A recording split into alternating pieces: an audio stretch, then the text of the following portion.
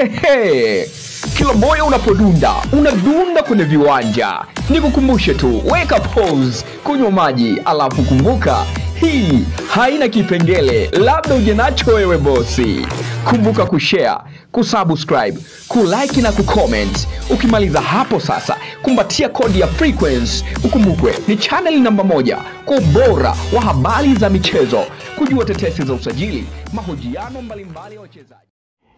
Bwana kocha mkuu wa klabu ya soka ya Wydad Casablanca Bwana Mohamed Amil, yeye amezungumza mengi kwa kuhusiana na klabu ya soka ya Jangwani. Anaifahamu vipi, kwani yeye sio kocha ambaye amewahi kufundisha Young Africans, lakini pia hajawahi kucheza nao.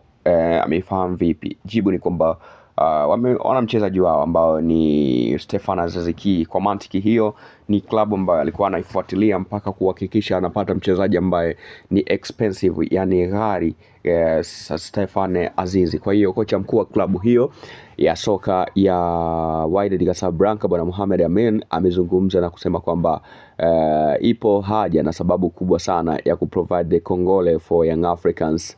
Kwa kwanza, kwa watu waliofikia hatua ya makundi na kupangwa na klabu kama hizo, lakini wasiwasi wake ni kwenda kuona baadhi ya Waarabu wanaenda kuaibika. Yani yeye anasema kuna baadhi ya Waarabu wanakwenda kuaibika kwa maana ya timu ambayo wanakutana nayo. Yes, pale ukiangalia CAF kama vile waliweka mtego Waarabu 3 na Black from East Africa mmoja, yani kutoka Afrika Mashariki mmoja tu ambaye ni Young Africans. Lengo la Waarabu au lengo la CAF ni nini? CAF sio wazembe kiasi hicho ambacho watu wanafikiria kwamba inawezekana mpango wao ni kutaka kumuondosha Yanga.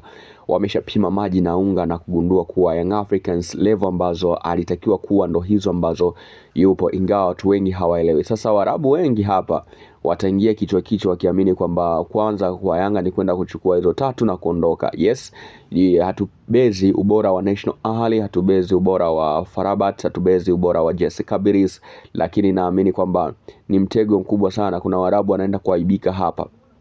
Yes, kuna wawili lazima watakwenda kuaibika. Hakutaja ni Waarabu gani, lakini wataenda kuaibika kwa aina ya timu ambayo wapo na. Young Africans imejijenga sana misimu 4 nyuma, imejisuka vizuri na kimataifa imekuwa ni moja kati ya timu ambayo inatishia amani kwa maana ya ubora ambao wamekuwa nao. Yes, wakumbushe tu Mamelodi Sundowns ilikuwaje baada ya kukutana Young Africans. Wanaijua vizuri Young Africans na wao wana story kubwa juu ya klabu ya soka ya Young Africans. Kwa hiyo watakupa mustakabali wa maisha ya Young Africans na quality yao wapo vipi, wakiamua jambo lao inakuwaje hapo. Kwa hiyo unaweza ukafahamu kwamba ni vile tu Young Africans wanaweza wakawa ni watu wagumu sana, ila usipowafuatilia huwezi ukawaelewa ni watu wa namna gani. Kwa hiyo Young Africans kiufupi ni timu ambayo imejieneza kwenye performance, lakini pia timu ambayo imejieneza kwenye hesabu za moja kwa moja. Hapa kilichobaki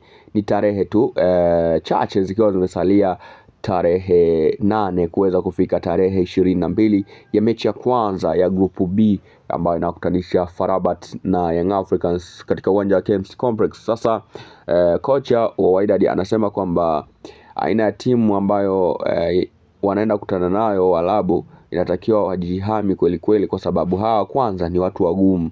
East Africa ni watu wagumu, sio lelemao, ni watu ambao walizoea tough games and wanajua namna gani ya kucheza. Pumzi ipo, kwani ameprove kwa mchezaji wake Stefan Aziz Ki ambaye aliingia, hakuhitaji muda wa miezi, siku wala wiki kuweza kuingia kwenye mfumo. Siku moja tu ilitosha kabisa kwa Stefan Aziz Ki kuweza kuonesha makali yake na ubora wake juu ya kiwango chake. Kwa hiyo hii inatoa tafsiri kwamba Waarabu wanatakiwa wawe makini sana juu ya best performance ya huyu mwamba ambaye ni Ki Stefan Aziz, lakini pia waangalie timu wanaokutana nao Young Africans ina mabadiliko mengi na maingizo mengi ambayo kimsingi yanaweza yakaleta taharuki huko.